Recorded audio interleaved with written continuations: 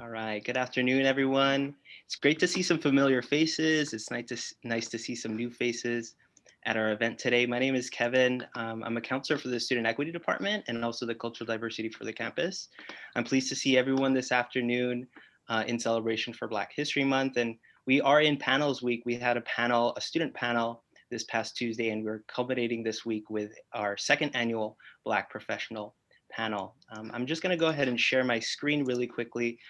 For folks that are just tuning in for the first time, go and share this.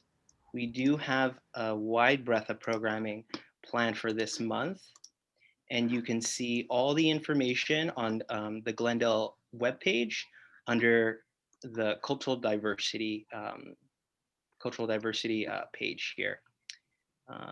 You can see that this is the last event for Panels Week, and we have an event next week for professional development, which is Code Switching, Celebrating Blackness Through Awareness. This is a guest speaker that's going to be coming in. I'm not going to spend too much time on here, but you'll see that we have a few weeks coming up filled with some awesome and fun events. So we encourage you to check that out, share it within your networks, because these events are not just open to the Glendale community, but the local community as well. I'm just going to remind folks that this event will be recorded. So if you choose to not have any of your likeness reflected in the recording of the video, just take the time to turn your video off or change your participant name as necessary. There's a sign-in sheet that's also being shared in the chat. So please don't forget to sign in. This is for flex credit for our faculty that are attending. Everyone must sign in, actually. So please log into there. If you have any issues or have any questions, we have a couple of folks named questions. That's Paolo and Alexandra.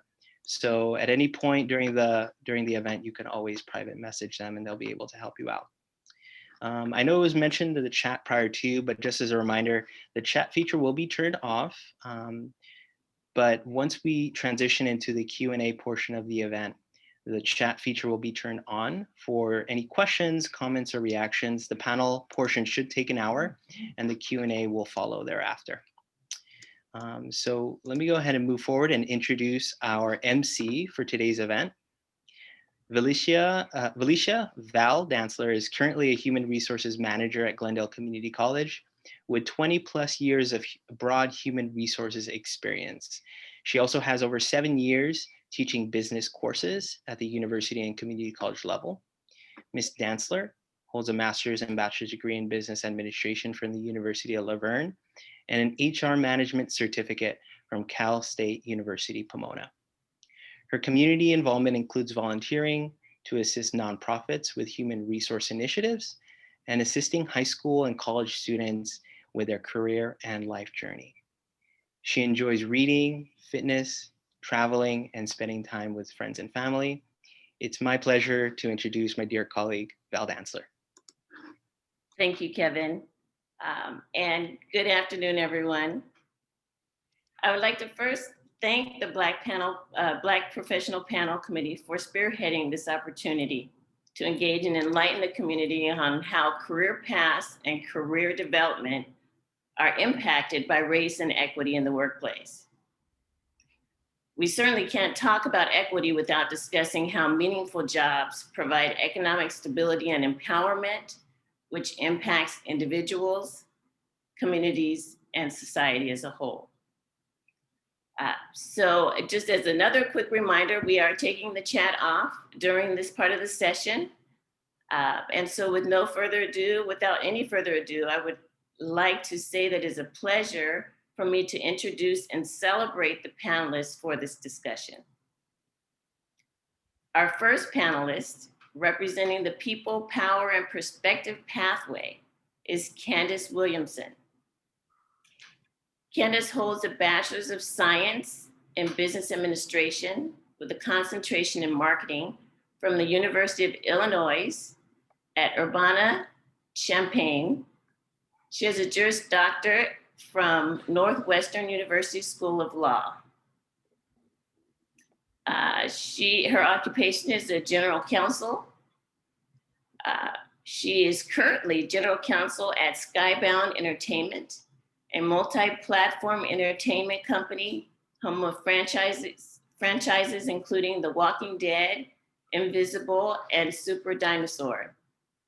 Previously, Candace was VP Business and Legal Affairs at the Madison Square Garden Company, a corporate associate in the New York office of Paul Weiss, Rifkind, Wharton, and Garrison, and a corporate associate in the Atlanta and New York offices of King and Spalding LLP. Candace lives in Los Angeles with her husband and Kurt. Please join me in welcoming Candace. Representing the Science, Technology, and Engineering and Mathematics STEM pathway is Sierra Williams. Sierra holds a BS in Industrial and System Engineering from the University of Southern California and a Master's in Data Analytics, from USC.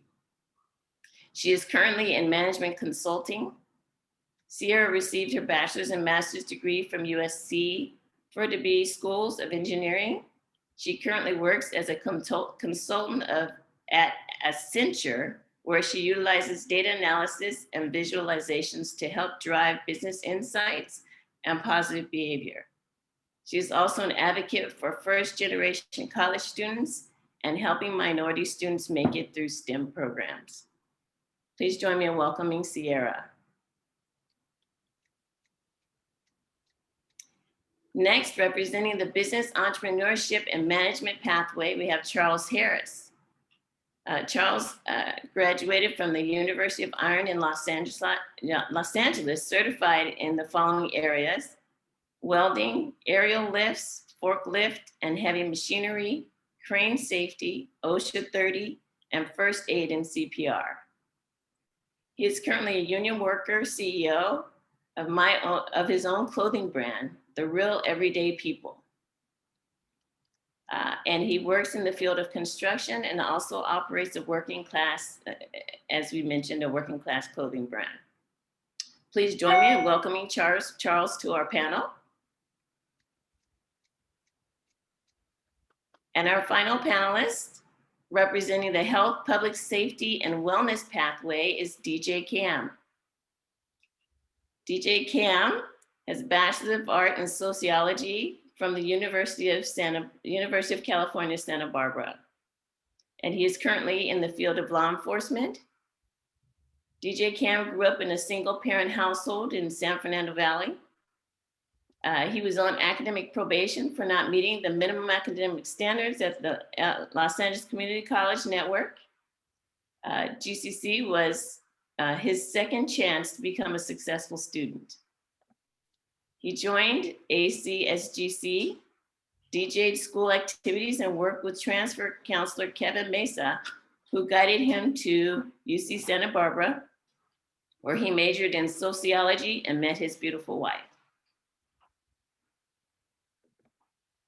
So thank you again for joining us today. And so we can definitely get started. We've got a number of questions to ask you. And so we'll take each question and have each of you give us some insight on these questions. So we'll start with our first question, which is, how did you enter the field you are currently in, and what has been your academic career path been like? And we'll start with Candace. Thanks, Val, and thanks for having me. You did a great job of walking through my educational background, but just to offer a little bit of color, it's common for a lawyer to go into law school after having majored in, majors like political science or maybe even sociology or potentially criminal justice. But I really was interested on the transactional side of the law. So I spent my time in undergrad focusing on economics and business administration, accounting, and things like that. So my undergraduate degree is in business administration and focus on marketing. And then when I went to law school, which is, a general Juris Doctor, you typically don't specialize at all in law school. It's a general education degree. across all areas of law. And so after leaving from Northwestern and graduating, I was able to sort of marry my interest on the business side with my law degree to be able to take a path of transactional work, which is what I've been doing for the last 14 years. So that's basically how I got to where I am.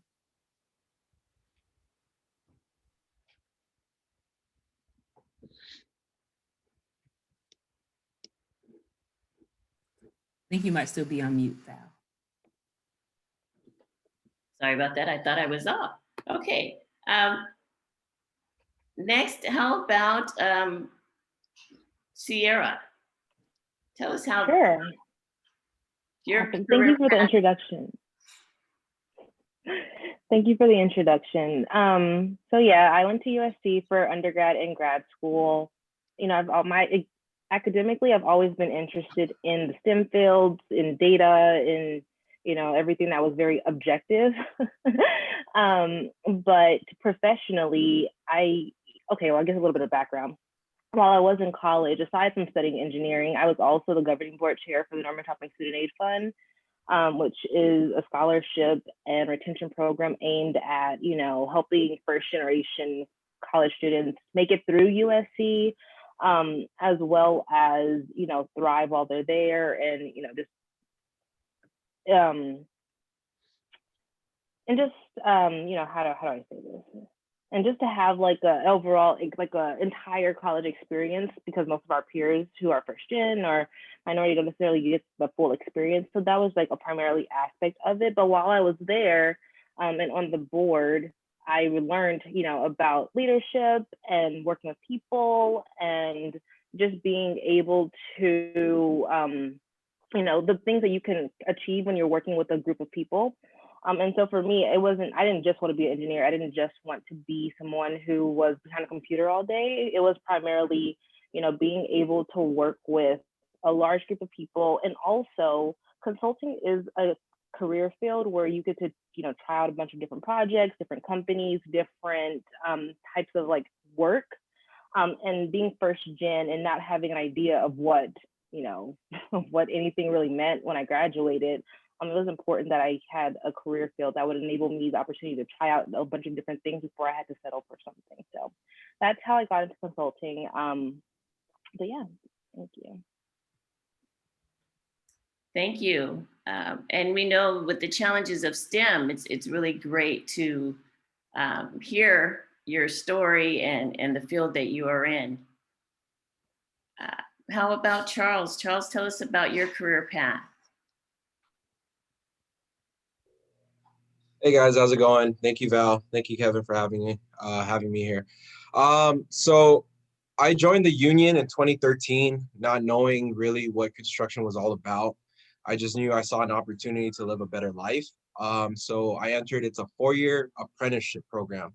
Pretty much it's the same thing as going to college, but yet we were learning on the job basis, meaning like, you know, how things operate in the field. And pretty much where it took me from point A to point B, it's been an eye-opener because more or less construction is more, it revolves more like around life. So the more things that you learn on the field, the more you learn and you earn. So that's what they were teaching us. So I got to learn from welding. So now I'm LA City certified welder. So pretty much I can weld anywhere in Los Angeles. And from there, it kind of sparked an idea of starting a business from learning on the field transactions such as, you know, writing up paperwork, how to build a contractor, joining in meetings when there's going to be a new project being involved in a neighborhood and stuff like that. So I got to see that business side of it. And at the same time, I kind of just overall love business because that was my background in the beginning when I started I guess when I started my first job, but overall it's been good. So yeah. So was there any connection, Charles, with clothing brand and construction, or were they totally two different? Okay, so with the clothing brand and the construction, thank you. I'm kind of a little nervous. This is my first time kind of doing this. So with the construction and the clothing brand, I ended up loving construction because I love working with my hands and building things. And at the same time, I saw an opportunity that a lot of people are wearing either their nice shirt that they normally would wear on the weekend and they would mess it up. So then pretty much they're out of a nice shirt and they have to go buy a new one. So I decided to fill that void with providing the workers of the working class 6 packs of work shirts to last them 6 days a week. So that actually helped them out and save their money. Actually, it saved them money in the end because they didn't need to go out and buy unnecessary nice clothes to wear on the weekend. Now they can have separately have their nice clothes and then also have their workwear. So that actually helped out and worked away. Yeah, so I just kind of filled that void altogether. So yeah, thank you. Yes, thank you. DJ Cam, share with us your career path and where GCC has led you. All right, how's everyone doing? So when I got to GCC, coming off academic probation, I immediately immersed myself in the culture at GCC. So I joined Associated Students and started some leadership roles there, made great connections with people on campus. And then I also took a career development course that you guys offered. That really kind of helped reshape my envision of my educational path. I had, like Charles, I had a little bit of an entrepreneurship side of me where I ran my own DJ business. So DJing on school campus, going to classes and immersing myself in the culture there really geared me up to get to UC Santa Barbara and major in sociology. During my coursework at UC Santa Barbara, I took all of my undergraduate coursework, and what I did was I learned how to do informational interviews. I had an idea that I wanted to be in law enforcement, did not know that at the community college level, but once I got to the 4-year at UC Santa Barbara, I started to be really interested in it. So I started calling up police departments, talking to people who were officers and people who had that law enforcement background, and I would do informational interviews. And I would just open up my laptop, take a few notes, ask them questions, and then I kind of had an idea that I really wanted to go towards that career path.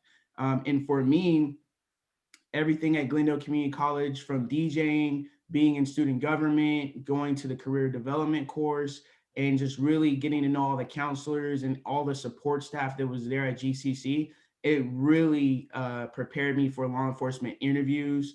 And then I went and completed 1,064 hours of law enforcement training at an academy and completed all the coursework needed to graduate and then start my career.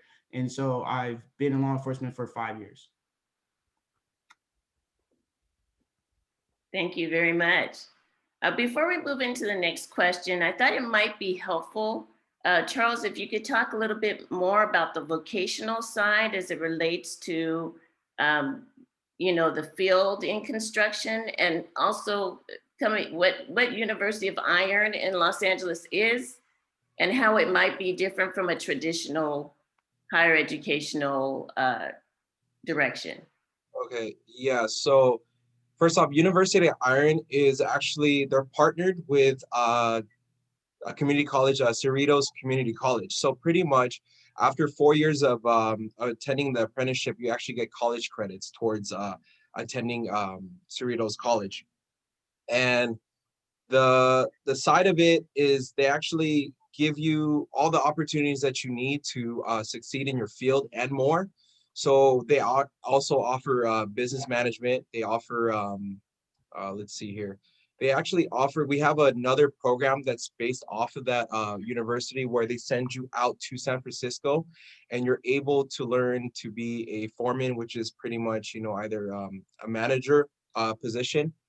And then from there, you can actually obtain a lot of degrees or certificates, as which I have, which is LA City Welder, OSHA 30, First Aid CPR, heavy machinery operating, and then also crane safety when you're on the job. So you can actually switch over your career from actually just being a regular construction worker to an actual crane technician.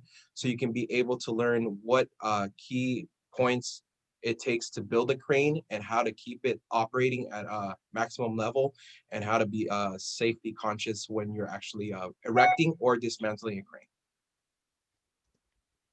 Thank you. The next question is more of a personal question and very tied to our event today.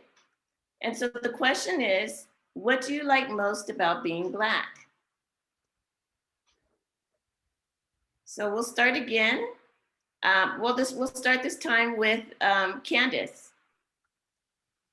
Well, I mean, everything is the answer, but more specifically, there's a little packet of Black girl magic that comes along with every Black woman. So I appreciate that part of it.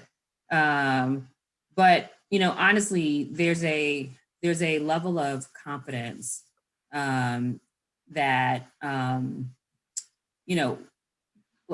I don't love the narrative of the strong Black woman, even though that's very true. It's sort of something that we often have to be. But the other side of that, as we all know, is that means that people don't believe us if we're hurting, or they assume that we are okay when we're not, or the softer side of Black women don't exist because we're so strong, right? So it's not the best presumption about Black women. But having said that, I think that I appreciate sometimes that people might be intimidated by me, because it's actually not me. That's you being intimidated, not me being intimidating. And so I think there's a certain level of confidence that and sort of with it that Black women bring, and Black people in general bring. We bring the fun, we bring the noise, we bring the food, we bring the music, we bring the vibes, we bring the culture, we bring the excellence, we bring the Black don't crack. I'm here for all of it. So I love everything about being Black. DJ Cam. For me, one of the biggest things I feel like in the Black community, you learn really early on in your household how to be a problem solver. I feel like my mom really instilled a lot of values in me to help me kind of think critically through problems. As I was as she prepared me to go interact with people from different backgrounds and people from all over the world. So it really just prepared me for life. I love meeting different people from different backgrounds, and then hearing about the challenges that they may face in their culture or their communities. And just, I feel like everything that my mom taught me had really centered around problem solving, whether it was what was going to be for dinner, or how do I get to, I don't have a car, how do I get to college? Just everything about the struggle and coming up and growing up and problem solving really just made me have that entrepreneurial spirit. And like Charles, running a business and all these different things, trying to figure out where to get the money for the business, getting your loans and stuff for school. It's just the struggle, single parent household, how do I problem solve to get to where I want to be? And I feel like that's something that was very prominent in our culture. Thank you. Sierra. Yes. So the biggest theme in my life is, I will say, resiliency. And a lot of that is tied to, all the trials and tribulations that they have to go through, like in a single parent household, being in a poor single parent household, and being able to elevate yourself into situations that, no one in your family's has ever been through, or, just making it through and figuring it out. I think that resilience is definitely, a reason why I am where I am today. But then on the top of that, it's like, it doesn't stop, because just because I work in a corporate setting doesn't mean like, people see me and they're like, oh, happy go lucky because, there's a Black person working there. But it's more so like the surprise on people's faces when they realize that I am the best person for the job that they need done. And it's like, I'm great because I am great, not because I am Black, but that's just like an added like cherry on top. You know what I mean? So yeah, that's all I have to say about that. All right, Charles. So some of you guys may not know, but Kevin does know. I'm gonna let you guys know, is that I'm half Black, half Filipino. So I kind of get best of both worlds. I'm actually really multicultural. So funny thing is that being Black, I love it because of the fact that, we're relentless regardless of the fact. I mean, we have been through so many different struggles. I understand multiple races has been through a struggle, but ours has been brought up to the forefront. I mean, we've been brought over here for whatever reason, but yet we still succeeded, yet we're still here. everyone has a great career path, everyone has a great life, and they actually strive to make a better life for themselves. And being Black is just, I guess, a word. You know, it doesn't really context the amount of melanin that's on our skin. At the same time, too, when I was in the Philippines as a younger boy, because I actually grew up there, and English is actually my second language. Tagalog is actually my first language. So being there, a lot of people looked at me and go, oh, that kid can play basketball. I suck at basketball. I cannot play that at all. But that's a automatic, I guess, go-to, you know. But overall, I would have to say is that we're very relentless people. When I have to be on the field at work, a lot of people look at me and they say, hey, man, like, because to be honest with you, the African-American race within the construction field, they kind of look at us as being lazy people, which in reality, there is a lot of people that are lazy within different fields. So I have to work extra hard to prove that, you know what, I belong here. And that's the thing that I love the most, is because I always like to say is you want to bet. So if you want to bet that I can outwork you, obviously I really can. And that's where our mentality as being African-Americans, that we always have to show out, just like, you know, Candace says, we bring the fun, we bring the loudness. Just how Cam says is that we're always problem solvers, you know. And Sierra added a lot of great insight as well as being Black. So that's the thing. I just love being Black in general, and I hope that answers the question. Yes, absolutely, it answers the question. And what I'm going to do is I'm going to actually tag on to that a little bit more, because you touched on some of the challenges and opportunities that are in the workplace, being African American. And so we want to expand on that a little bit more, and really talk about how your identities have impacted or affected your career choices, and perhaps even some of the ways you've had to navigate through those spaces as a professional. So we'll start this time with Sierra. Awesome. So I wouldn't say that my identity per se has affected my career choice. It's more so I'm interested in this, in STEM, which is what I'm in. And a lot of people didn't believe I can do it. And so in some way, them not believing pushed me even harder to go ahead and achieve what I was, on the road to achieving. But I work in a predominantly, I think management consulting is predominantly white, and so is like most of corporate America.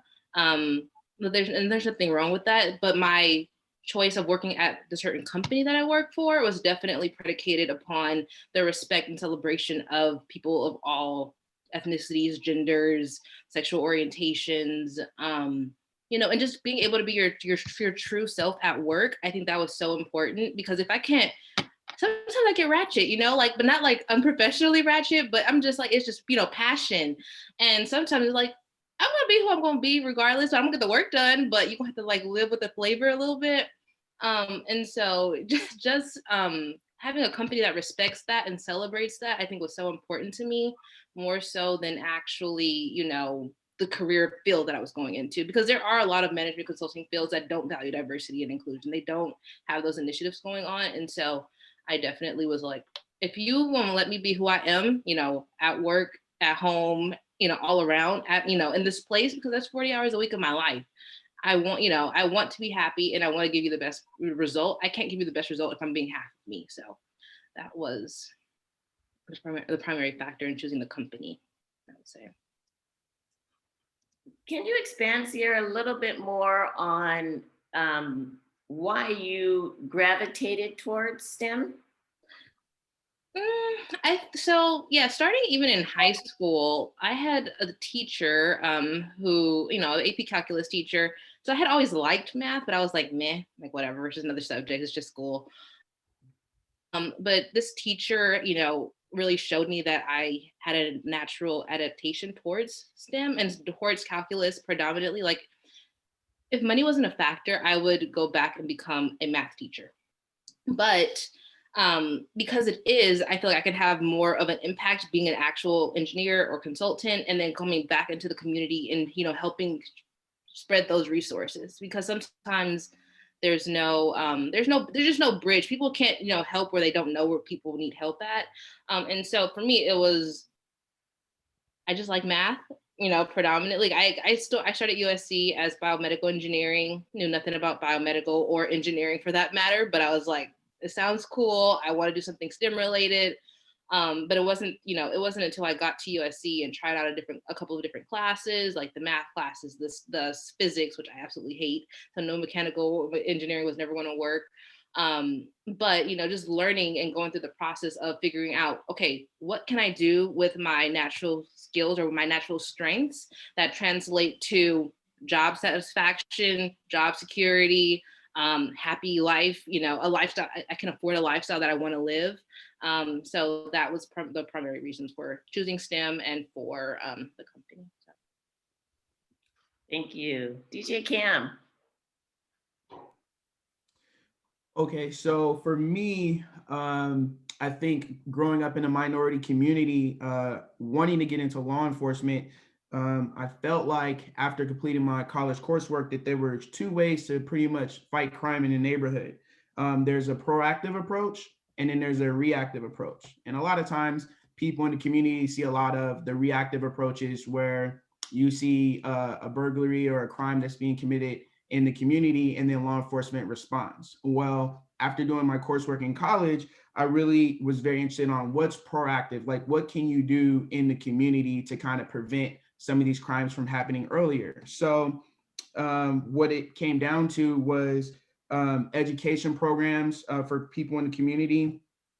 There's a lot of homelessness in the communities, and a lot of times people, whether it's their homelessness, not having meaningful work, or drugs, or whatever it may be that's causing people to have a lifestyle that doesn't allow them to sustain themselves, we've noticed that, educating people, providing them with opportunities for job interviews, for providing people with clothes, and providing people with all kinds of resources in the community can be a proactive approach to making the community safer and lowering crime rates. So for me, I felt like my identity as a minority allowed me to kind of think creatively about what can we do as far as 21st century policing to help change the way our communities are, right? And so a lot of that is going to be about reaching out to youth. And so the youth, educating youth early on and getting them early when they're in high school, sometimes middle school, and getting them involved in programs where they're being able to interact with law enforcement and learn about their communities, but also we're setting them on track to complete high school and graduate and go to college. So for me as a minority officer, my role is to really immerse myself in the community and reach as many youth as possible and help bridge the gap, and also provide educational opportunities for the youth that's led by law enforcement, that's allowing us to be in their communities where they see us and they can ask us questions, and we're running programs. And one of the things that really gave me an edge was that I DJ. So here I am in law enforcement, showing up to community events with my turntables and DJing and reaching out to the youth. So that proactive approach really is going to change a lot of the reactive style of policing that you've probably seen just in your lifetime. Can you give us some more insight? There's been a lot going on in the last year or so. Help us to understand law enforcement and some of the different challenges and perspectives of law enforcement today, and how we can see this as a lucrative career, and the challenges and the opportunities of being in that field. Yeah, absolutely. So at first, if there's anyone who's following the health and public safety and wellness pathway, I really feel like that is a great pathway to be on if you want to go into law enforcement. That pathway will really open up your opportunities upon completing the program to where you can get into the field. I suggest that you guys read the President's Task Force. It's a PDF file that you can find online. If you just Google the President's Task Force on 21st century policing, and it was put out by Obama. and his task force. And if you read that, it'll really show you what 21st century policing looks like. A lot of people, when we're in college, we're like, let's go ahead and be a doctor, a lawyer. Let's, if you want to go to beauty school, like there's so many different professions that are talked about. And I remember being in college and I never really heard someone that was like, oh, I want to be a cop. Matter of fact, I don't think I met one other person who was going to go into that field. I just met more people that were going to go down different paths in talking in class, but no one really wanted to go into law enforcement. And I think that if you read the 21st Century Policing, task force publication, it'll really inspire you to possibly see that as an option for you. There's a lot of opportunities for people from different backgrounds to get into law enforcement and help change not only public perception, but change the way the conversations, the way they're had in the community, change the way we proactively respond to reshaping our communities so that they're livable, right? That's the whole reason in preservation of life, so that people can have a space where they feel comfortable and confident to grow. Thank you. Charles. Hi. So pretty much, I felt like there wasn't so much of a struggle to find a career path for myself because just like Cam, it's kind of funny. I actually originally wanted to be a police officer for the LAPD Rampart Division, but my prior records of being a reckless teenager actually prohibited me from being a police officer. So that is just one regret that I do have, but it opened up so many different opportunities for myself, and I end up now working for myself. So, I mean, more or less, I always try to have the mindset of what value can I bring to any company or any person that I come across to, just because of the fact that I guess there is one just obstacle is the color of my skin. It's just because of the fact that when they see us, it's either, are we going to be too loud? Are we going to be too ghetto? Does he have an education? Does he know what he's doing? And that kind of breaks it down for a stereotypical sense for a male, a Black male, when they see us. And the funniest thing is that, especially when they see me, now I have tattoos and everything else. But the thing that I love the most, and I quoted it by Nipsey Hussle, is that you are very educated when you can actually change your tone of language with different crowds. So pretty much I can actually get around very easily just because of the fact that I decided to educate myself in books, have really good quality people around me, and actually be able to have a great support system. So getting into the construction field was not a problem, but staying with a company was, just because of the fact that I have to push myself a lot harder to make sure that they can actually see the value that I provide for them.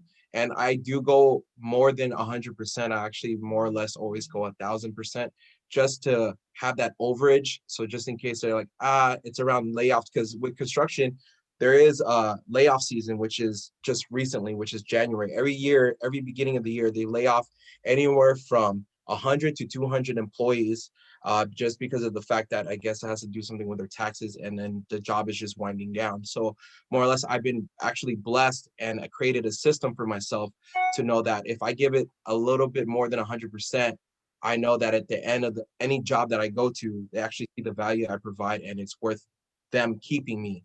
And that's what I actually I instilled that into my own company and my own clothing brand. So every product, every decision that I make sure it's 1,000%, and whatever the consumers is looking for, I make sure it's 1,000% of what they're looking for.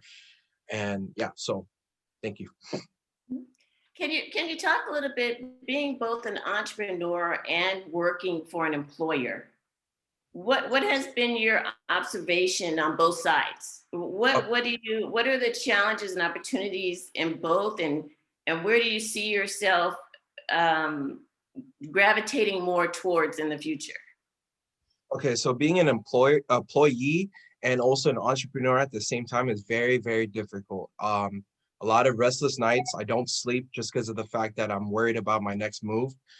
Secondly, I have to get up at 4 o'clock every morning to go to the job site and be there by 6. So I show up extra early so I can be there. The obstacles are pretty much is that my body is tired, beat down, my mind is consistently running 1,000 miles an hour just because of the fact that when I'm at work, but once I'm outside of work or even on a lunch break, I'm thinking of what I need to do for my business once I get off of work at 3 o'clock. And pretty much I'm mainly now gravitating towards just pursuing my entrepreneurial side. I actually took time off of work. It's already been 4 months. I've grown my company from, let's say, 1,000 a month if I was actually really pushing it and working, now to growing it over to about $6,000 to almost $8,000 a month, just being off of work. So now I can kind of see that this does work when you put the value and the time in and you just give it your all. And I have this thing where it's plan A or just plan A, because there's no halfway in, halfway out. Because if you're not all the way in, you're not going to get all that return that you've been putting in for the whole time. So more or less, to answer your question, I'm all the way in as an entrepreneur at this point. Thank you. Candace. Yeah, so being Black for sure has sort of impacted how I've been able to navigate my career. Just for a little context, I started my career at 2 large corporate law firms. And as you might guess, as is the case across corporate America, it is very non-white. But the benefit, I think, in those situations, they're much bigger companies. There's 40 or 50 people in my class year that's starting at the same time as a new lawyer. And so you do have, at least if something happens at work, or if you have, some sort of issue that happens in the world, you can at least go to your Black friend's office and say like, what a rough day it's been. Or there are diversity committees, or, certain affinity groups that you can join where you can sort of collectively sort of march together with your colleagues to sort of try to improve HR processes or working conditions for everybody at the firm. And, a lot of those big corporations are very slow to move. But I found myself as a Black woman in those spaces feeling, marginally empowered to make some change, because there's power in numbers. And over time, things really do change. But as I moved to in-house positions, and specifically in my current position where I'm at a small company that's about 100 employees, I found myself as the most senior Black person and the only Black person on the executive team. All of us have code switching, which I think one of the other panelists mentioned. I can't remember who said it, but we code switch on a regular basis. And so I remember specifically last year when the Black Lives Matter protests were going on, over the weekend, we were sort of talking about it at home, talking about it with our families, talking about it with other people in a comfortable setting. But it was the first time where I had to turn around and face, an 8:30 Monday morning meeting with all of my colleagues of white people to just act like nothing was going on, to just talk about, what is going on with this contract and what's happening with this other deal. And, I didn't care, because did y'all not see that, everything was on fire this weekend? And I'm a Black woman and no one, so that for me was a moment, I think, personally, where my professionalism and my personal life collided in a way that I felt kind of alone. And I also felt some advice that I had gotten years ago, that if you're going to be the only Black person in the room, then you got to be the Black person in the room. And what the person meant, and what I took from that, is if nobody else is there to speak up on our behalf and you have the privilege of being in the room to say something, then you got to do it. Because otherwise, what is my point in being there? So if I'm the only Black person and the most senior Black person at this whole company, and nobody is saying anything about social justice issues, criminal justice issues, the fact that I'm the only Black person in this 14-person executive team, no one is seeing that as a problem. If no one else is going to bring it up, then I have to bring it up. So this past year has been, quite an interesting time to be Black and a professional, because a lot of those worlds are colliding in people. You know, you don't have to be nice or kind or gentle about it anymore. Everybody sees very clearly what the problems are, and some companies are trying to do their part. But I think there's a lot of pressure on Black employees to really try to push companies to do it, and it's, you know, that's been a challenge for me this year that I'm well suited to handle. Thank you. To add on that, what do you foresee for yourself in terms of a career? Are you going to open a practice one day? Where are you headed in your journey? You know, it's an interesting time to ask me that question because I've been thinking about the same thing. I enjoy working in-house.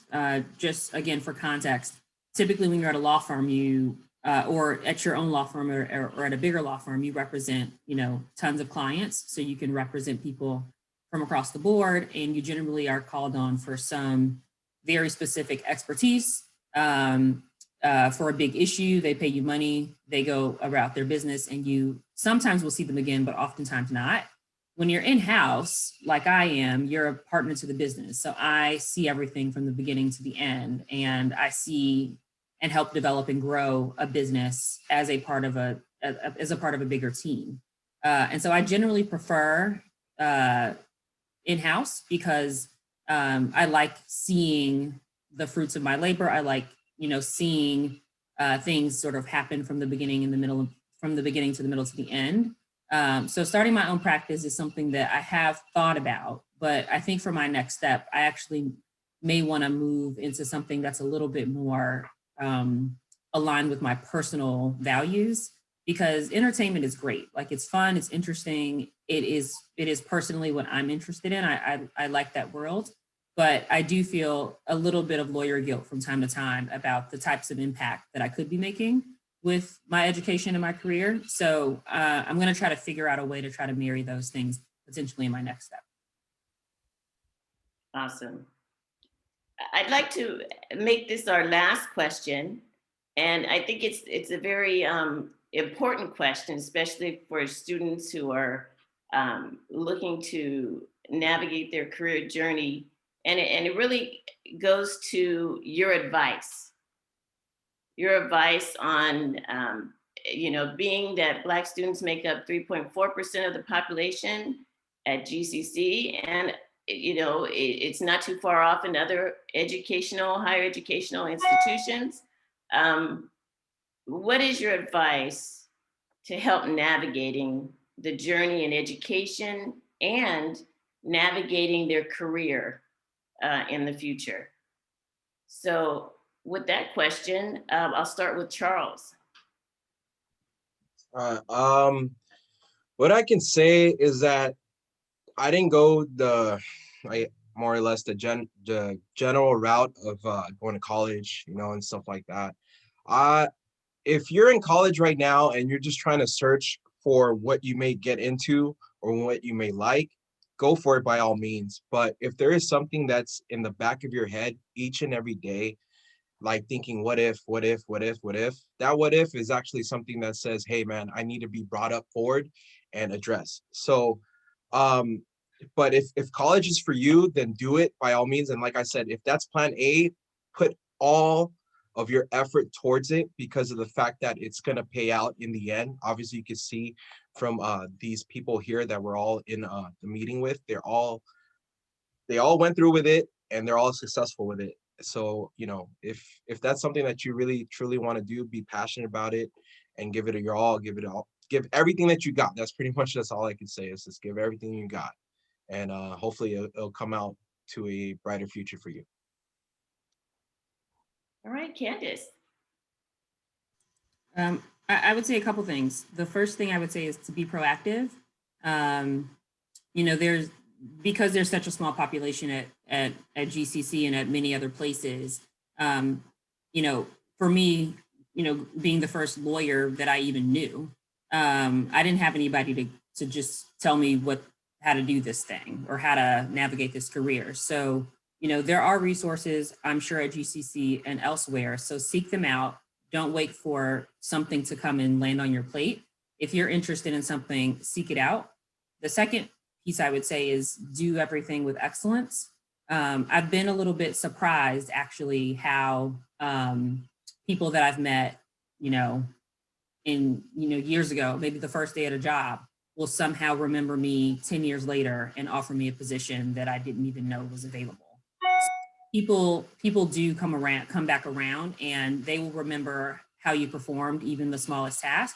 So, do everything with excellence, because one, that should be your standard, but more importantly, I think because you never know who's watching and who might actually be able to, make a phone call or impact something really big for you later on. And the last thing I would say is, we all make mistakes, and that's fine, but own them in your career, because I think people often, you may have done something with excellence, but a lot of people may remember how you left. They will remember the last experience with you. So if you mess up, like we all will, own it and move on. And that's the career advice that I think has probably been most impactful for me. All right, DJ Cam. All right. So my advice would be to anyone at GCC. Honestly, GCC gave me everything that I need to develop myself. So my advice would be, if you want to be good, go to class. If you want to be good, go to class. We'll say good job, make your family happy, turn in your homework. That's all great. Being good is a fine way to live your life. Being good has gotten a lot of people to a sustainable place. If you want to be great, though, you're going to need to do more than just go to class. You're going to need to really tap into the environment that you're in, really go to office hours with your teachers, really take the time to go on the school trips. Like GCC does a lot of different opportunities. And, for example, logging into this panel, that's going over and beyond, just your regular classwork. You're really trying to expand your thinking. So to me, if you want to be great, really excel more, you're going to need to really tap into GCC and go to campus activities, get involved in clubs, or, find more meaning outside of just class. To be honest, I think that when you go to school, you're there to sharpen your skills, to be a better communicator, verbally and written. And if you can work on those skills, it'll really carry you through your professional career. And then the last piece of advice is, if you want to be involved in law enforcement and you want to affect a change, and you want to change the way the community dynamics are, join, please apply, go out and turn in an application. One of the things I advise anyone who wants to get into the career is do ride-alongs. I did about 10 ride-alongs before I had ever turned in an application, and that really allowed me to see what it was like. And then informational interviews are really important, and try to meet as many people in that background and interview them and ask them questions. And then the last piece is, don't give up. Just like any job you apply for, some people say yes, some people say no. If it's something you want to do, never give up and open up your mind to possibilities. In law enforcement, you could work at LAX, Airport Police. You can go work for the California Highway Patrol. You can go work for Burbank PD, Glendale PD, UC PD. A lot of the UCs have police departments and things like that. So there's so many different opportunities.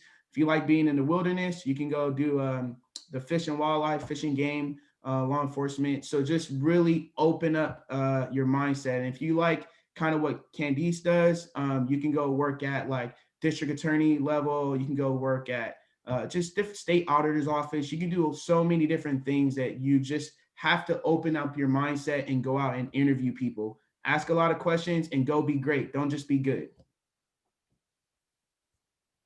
Thank you, DJ Cam. Sierra.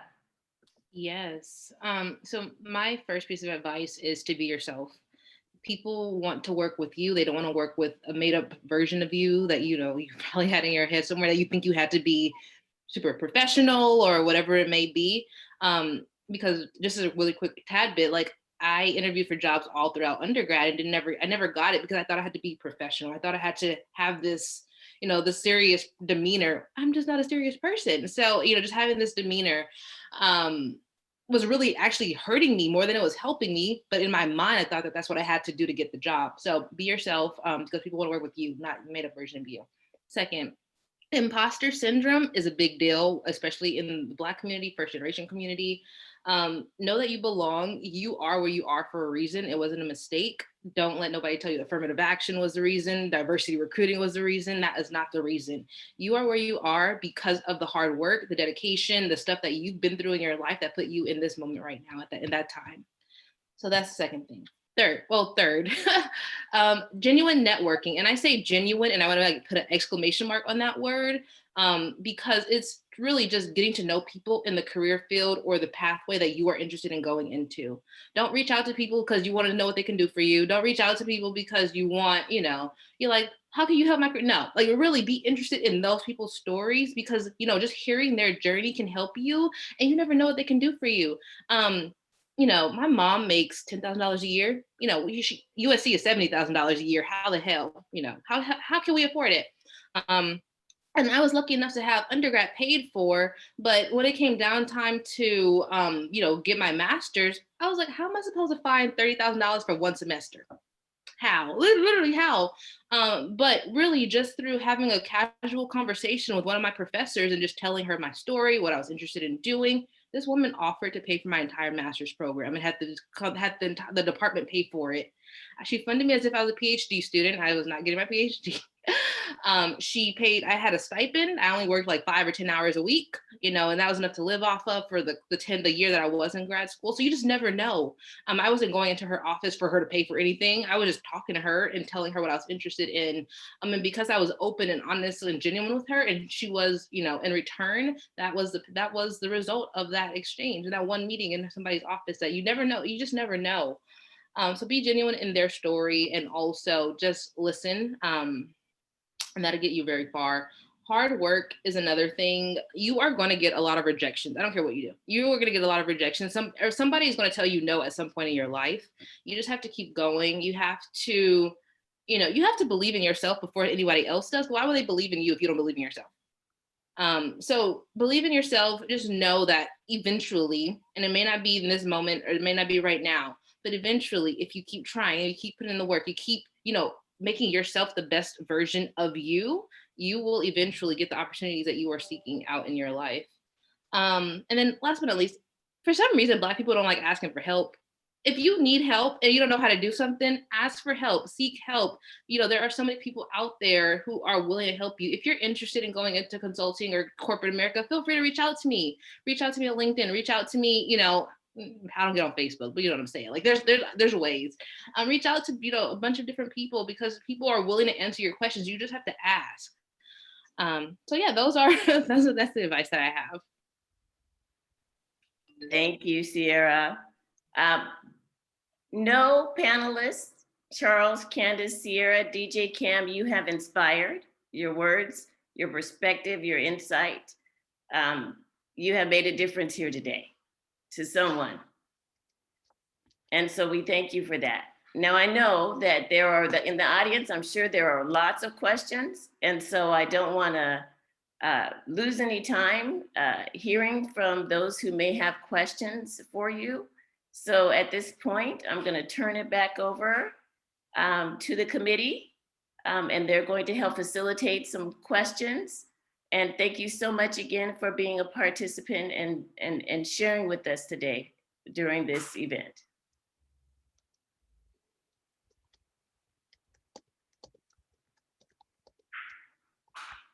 So now at this time, I know that Alexandra and Paulo, maybe you have some questions that were sent in. I see some head nods. No, Paulo, did you have any questions that were sent to you? Not at the moment.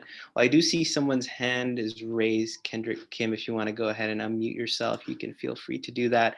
And then I encourage you all to type in your questions in the chat if you have any questions at this moment, or direct message them if you'd like as well. Hi, this question is for DJ specifically, but the panelists could also answer this as well. During your 2020 experience with all that was going on with Black Lives Matter, George Floyd, and just powerful social justice movements going on, you as a police officer, what was your reaction? And with your colleagues, was there any conversation around, or was it kind of what Candace said is just sort of like code switching, like we're just not going to talk about it. We just keep moving on and pretend that it didn't happen in our workspace. I was just curious, especially within the law enforcement realm. Thank you. So as you guys know, it's been, a long year for, I'm sure, a lot of you guys as well. The biggest thing, in law enforcement is preservation of life. A lot of our tasks are, put together to make sure that the community is safe, and to make sure that, the protests and all the gatherings are peaceful and safe. I think for me, it was really being from GCC and like coming and being involved in student government and all of like the resources that my mom has given me growing up, and just being a DJ, being involved in the community. It really just prepared me for like the long year that it was, because you had to go out at all hours of the night and all hours of the day and work, and then be there with community members who were hurt and who were sad and really just needed to feel some sense of love. So for me and all of the people I work with, our team really focused on really just being involved in the community and really just going out and being people, and that's like when I talked to Kevin, thanks for inviting me into this panel, is I really go by DJ Cam because I really want people to feel that love. I want people to feel me as that, and not so much, oh, you're just an officer. And I want people to know, like, I love music and I feel everyone's pain out here today. Like I really want to make the community feel a sense of togetherness, and we can get through this together. And so that was like our approach. Our team was very much just like, let's get through this together. Our team is very much together as far as, let's make sure that we're, approaching this from like a healing perspective, and answering questions of the community members and allowing them to just walk up and talk to us and just kind of be there for people, because we all have families and we all are involved in the community, and all my partners care, and so it was definitely a long year, but I think that it provided opportunity to create more dialogue and partner up with people in the community. And with that, we got a lot more resources out of it, because we were able to make a lot more contacts out of people in the community and kind of just bridge those gaps and things. So.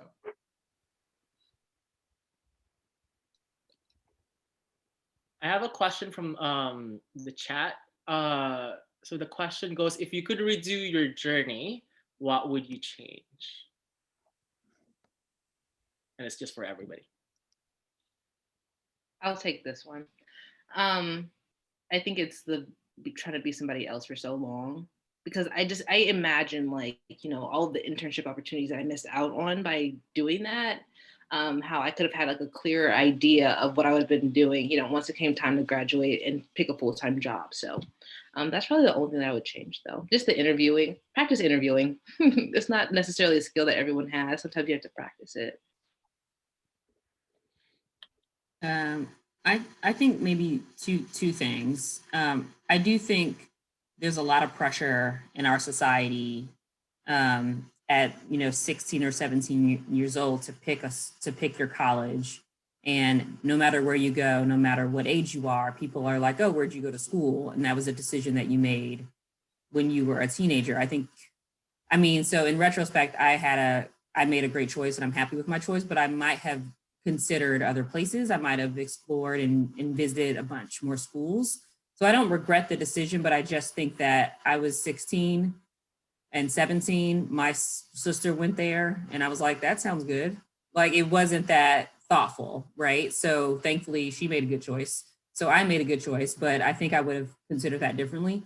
The second thing that I probably would have done differently is, to Sierra's point about, impactful, real networking. I don't like networking, and I'm not very good at it because of the way that it can be inauthentic and fake. And I don't fake that well at all, but there are real. And so because of that, I basically shied away from any of those events. If you put me in a conference room and make me pass out business cards, I will stand with the person I came with and sit in the corner. Like, it's not my vibe. So, but there are there's power in that. So I think if I could have done it differently, I would have found a way to authentically network sooner. I have found a way to do that now that is authentic to me and has created great friendships, but I might have started that a little bit sooner in my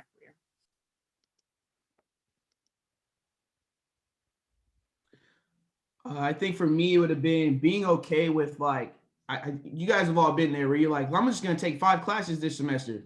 I'm going to do 6. I'm going to do 7. And I think it's just being okay with the process. You got to trust the process in life. Sometimes 2 or 3 classes is okay. You know, if you're working part-time this year, I'd rather do 2 or 3 classes and be great at it than to be good at 7, you know, and good, like I said, good will get you places in life. But if you want to be great, sometimes you got to be strategic, and maybe 2 or 3 classes and, you know, trusting the process and taking your time might be a better avenue, you know, and just really, you know, show your growth and just being okay with that. You know, you don't have to have 7 classes to show that you're en route to transfer or en route to your, whatever your career choice is. Just really take your time and really focus in on, you know, every class and whatever you're trying to get out of that semester or that quarter, you know.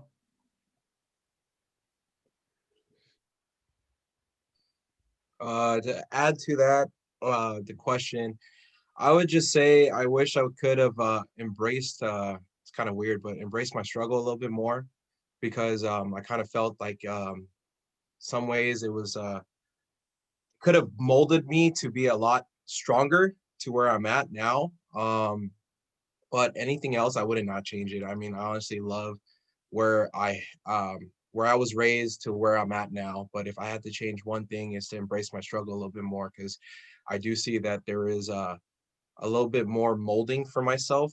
But if I would have embraced it in the beginning instead of fighting it, I think I would have been a lot stronger than I am now.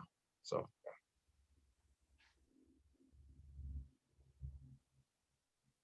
I have another question. And I guess this kind of boils down to, again, some of you mentioned being first generation college students and maybe not even knowing how the system, you know, higher education look like. So can you talk a little bit about any mentors or inspiration that you have or that has made an impact in your life, whether from your family or even just like in general? I can go first. Yes, I've had mentors all throughout my life. Some of them are Black, most of them are not. And I think that's something that, like, you know, just because someone is a different, you know, they study something different from you, they have a different career choice or path than you, that doesn't mean they can't be your mentor, help guide you, you know, through your journey. So for me personally, I think my first mentor into getting into engineering was my 12th grade math teacher. But then when I was at USC, just because I was an engineering student, don't mean I had it all figured out.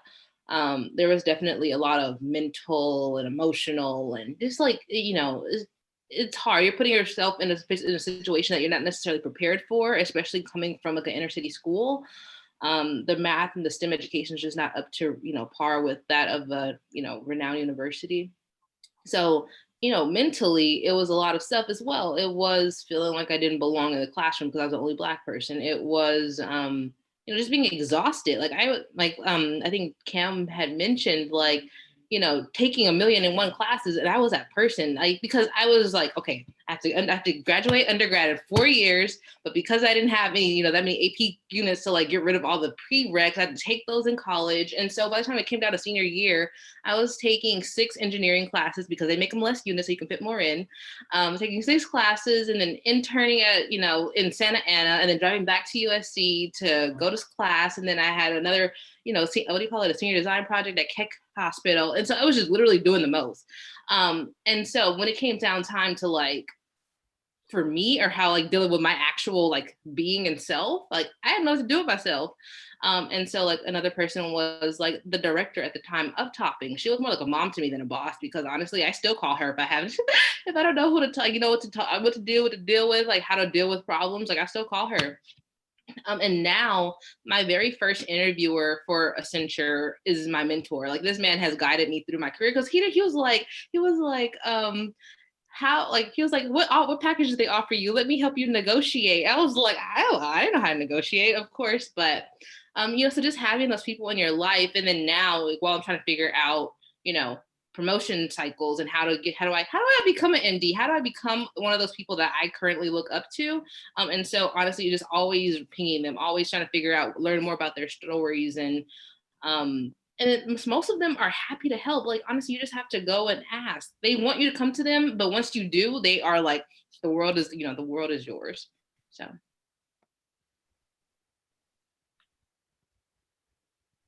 The only thing I would add to that is I definitely have had and continue to have valuable mentors who, are tried and true and have been in this game for a long time and can give me insight. But one of the other things that I found really impactful throughout college and law school and now is a strong peer group, sort of like a posse that's going through with you. So for example, in college, I had a study buddy who we took all of our classes together, and it was a game, like who's going to get an A+, right? Like we challenged each other on a regular basis. And without him, I don't think that I would have even been able to do as well as I did, because I like a challenge. And so even now in my career, I have, real good friends who are, very well off in their careers. And we don't challenge each other in that same sort of way, but we definitely try to motivate each other. And you want to make sure that you keep a group of people who are always impressive, because if they're doing something dope, they can encourage you to do something that you hadn't thought of, and the cycle continues. So I think having a strong friend group is another way to make sure that you're mentored alongside your growth in your career.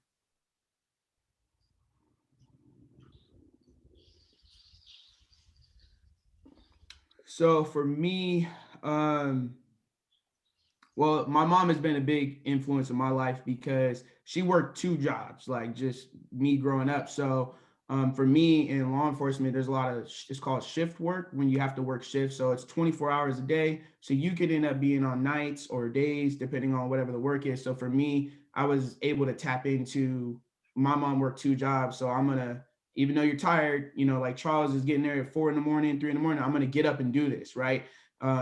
If it's been all night, you got to keep going. Like, when a lot of people don't know this, but when like the wildfire seasons come and when you see protests and things going on, a lot of that stuff has just 24 hours, different types of work. You go from wildfires to protests to different, and you're just busy. You're driving up and down to different cities and working different community preservation of life, operations to try to keep the community safe. But one of the mentors, so my mom has been a big mentor in my life, and then another mentor is actually Chief William Bill Scott. He was somebody I talked to, and I had very simple questions for him. And the main question I asked was, can you be a family man in law enforcement? And he was like, yes. Like, he smiled and was like, yes. And so for me, that was big because, growing up in a single parent household, I wanted to have a family. So that was really big. And then just across, during your college experience and as well as your professional career, you're going to meet a lot of different mentors. At GCC, Kevin Meza, he was amazing. He really, helped me get into my sociology curriculum and helped me transfer. So you just really got to tap into a lot of different people and ask questions. The entire GCC family, as far as ASGCC and just the whole platform have all been mentors to me, the different teachers and things there. And then you guys, like all of my fellow classmates. But I would say that, having these different mentors, whether it was in college campus to your career, really helped shapes you, and just asking questions and really just opening up. Like, for me, the one question that made it for me was, can you have a family? Like, I don't know what your questions would be that would make you want to go into your different career paths. But whatever your bottom line is, whatever's most important to you, like, follow that first, and then you go from there, like whatever means something to you. And to this day, like, I put family first, and I still DJ. So DJing was always going to be something that, I really wanted to be inside my life and things like that. And so to be able to utilize that as like my resource and connect with people, it's helped me build relationships and find new mentors. And, because some of my mentors need birthday parties for their kids, right? So they're like, can you DJ an event? And then now I'm asking them questions about what's this? How does this work? And I'm just asking questions. So you got to kind of really open your mindset up as far as reaching out and how you make these mentors, you know, and how you reach different people, right? You got to be on campus. You got to be at the job to get these networks possible, right? You got to be available. You have to be available. Make yourself available. And it's not that you're shy or introverted or extra. It's just about being a person and finding a common connection with someone and being available. So, and DJing allowed me to reach out to, you know, so many different people from different backgrounds.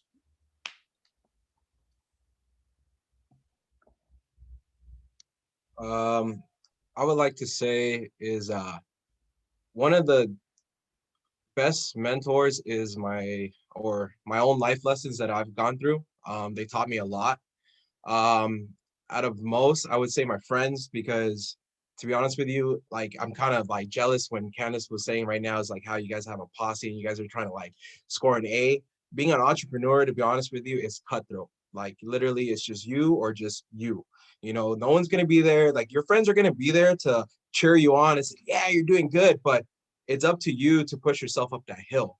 So it kind of sucks, you know, in that sense. But having great friends such as Kevin and Zach and Sean and everyone else that are in my life, especially my wife as well, they actually help me mold into becoming a better person, being able to open my mind a lot more than normal, because sometimes like what Cam's saying is that my mind, or Sierra is saying, is that my mind is sometimes closed. I have blinders on and I'm just going, and I don't see what's on the left or the right of me or anything else. But as having those people around me, of having a good foundation, they actually opened my mind up a lot more to see that there is a greater horizon, you know, versus to just what I'm looking at most of the times. Also, I got to give credit to my father-in-law as well. This dude came from Cambodia with nothing and pretty much built himself a beautiful family, a great business. And I've learned a lot from him when it comes to business, especially with communication, as networking with a lot of people. At the time, I didn't really have a job, so I was working for him in the jewelry district. That's what he does. He's a jeweler. So I was working with him in the jewelry district, doing runs, dropping off jewelry to different people. And people were just looking at me like, oh my God, you know, like what's going on? I was kind of scared to talk to him, but that actually opened me up to have more of a communication output. And that actually reached to one of the guys that I used to work for in downtown. His name is Alan. He's the one who helped me get a lot of suppliers for my clothes. So that guy, if I have never would have opened myself up or talked to him, I don't know what or where I would have been without that guy. But you know, more or less, I would owe it to my friends, to being great mentors in my life. I would owe it to my father-in-law and also my life lessons. So just like Cam saying, and you know, Sierra and Candace is just be you, don't be fake, keep an open mindset, and believe that there's actually more greater good out there than bad. So yeah. Kev, do we have time for one more question? We might, if yeah, maybe we can limit the responses to just maybe a minute. It's quite a long question, but I'll try to paraphrase it. Okay. It's pretty much asking like, what experience or resources did you have, or did you have that you chose to, I guess, use when you were in school, or just like in your career path, so that you don't lose focus on that career goal? Or were there times when you had to pivot or re-navigate your career goal? And then pretty much like, how did you like not panic and what helped you keep focus, you know, again, kind of like just at the goal that you have? I'll just answer that first, because it's kind of funny, because I just went ahead and just reassessed my whole goal plan for the whole year. Pretty much I try to align it with my career and also my business, because both of them go hand in hand. It's pretty much hard work does pay off. So I make sure that I have a board in front of me every morning on my mirror that has my goal and plan for the whole year, which is to grow the brand bigger. So each and every morning, I learned this from Earl Nightingale. If you haven't heard of him, I suggest you listen to him. Is that if you write a note every morning and you look at it subconsciously, that will be embedded into your mind, and that would consistently float around during the day. So you'll know that you'll have to, like, say one day like you're chatting with your friend, but you have to go, you know, finish a project, or you have to finish a I guess midterms or however it'd be. But in the back of your head, there's something saying, hey man, we gotta go. And then later on you keep walking, you're like, oh yeah, that's right, I gotta finish that. That's that note that's in the mirror that's each and every day reminding you, this is your goal, this is where you need to be, and continue getting it. And that kind of keeps me on check. And I hope that kind of helps you guys in the future to keep yourself on check, to stay on your goal.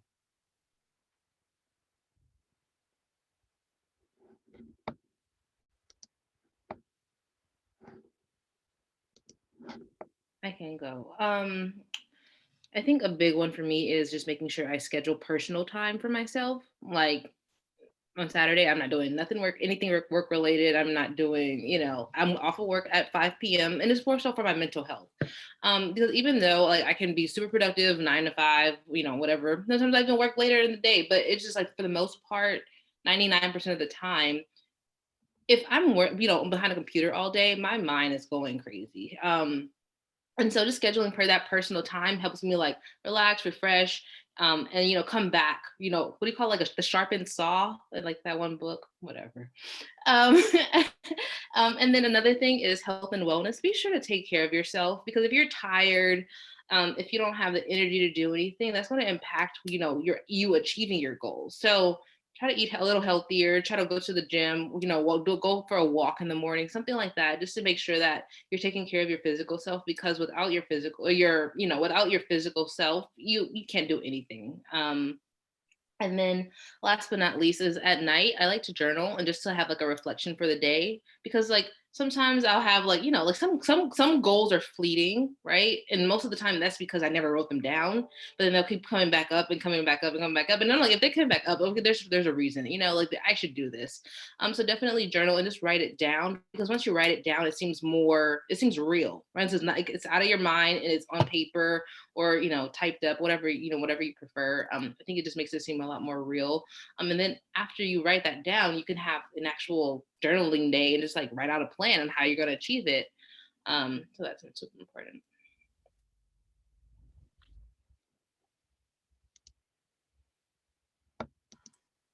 I'll just echo what Sierra just said about self-care. I think that's critically important. The only other thing I would add, and I think you touched on it a little bit, but I'm a planner by nature.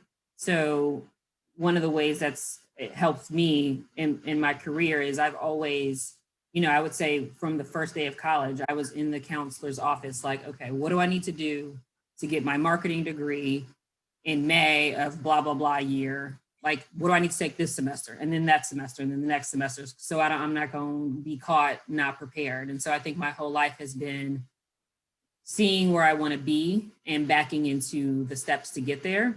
And just a little footnote, I think that, financial literacy is like the thing that should be taught in high school that just somehow the US government acts like that's not important.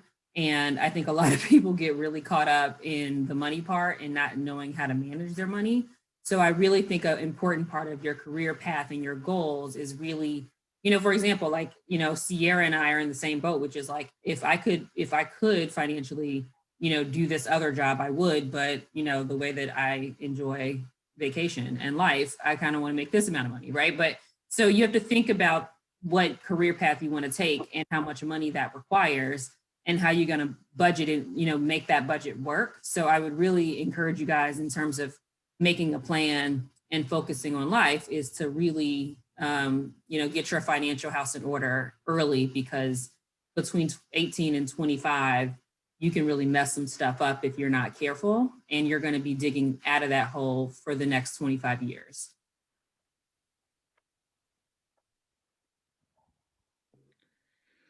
For me, I think what's kind of carried me through has been music. I've heard Charles, you mentioned like Nipsey Hussle and different people. So I don't know what music you guys listen to. I don't know if it's Adam Levine, Justin Bieber or whatever, but find your favorite artist, you know what I'm saying? And really just fall in love with music. I don't know if you guys listen to her or what, I don't know what it is that you guys like, but fall in love with music and really utilize that. When you're cramming for finals, just know everything is going to be okay. When you're going in for your job interview, take a deep breath. Everything's going to be okay. And I remember Kevin Mesa, I was sitting in in his office and trying to write my admissions letter. And you got to remember, those admission letters are just interviews. They're not about, oh, did you spell this right? Did you do this? This is all organized wrong? It's an interview so people can get to know you. But at some point, you can only correct that so many times, right? You can only make it so perfect. Sometimes you just got to be okay with sending it off and just know that everything's going to be okay. You got to have a little bit of trust when you're going through your life and things like that. So music, and know everything is going to be okay.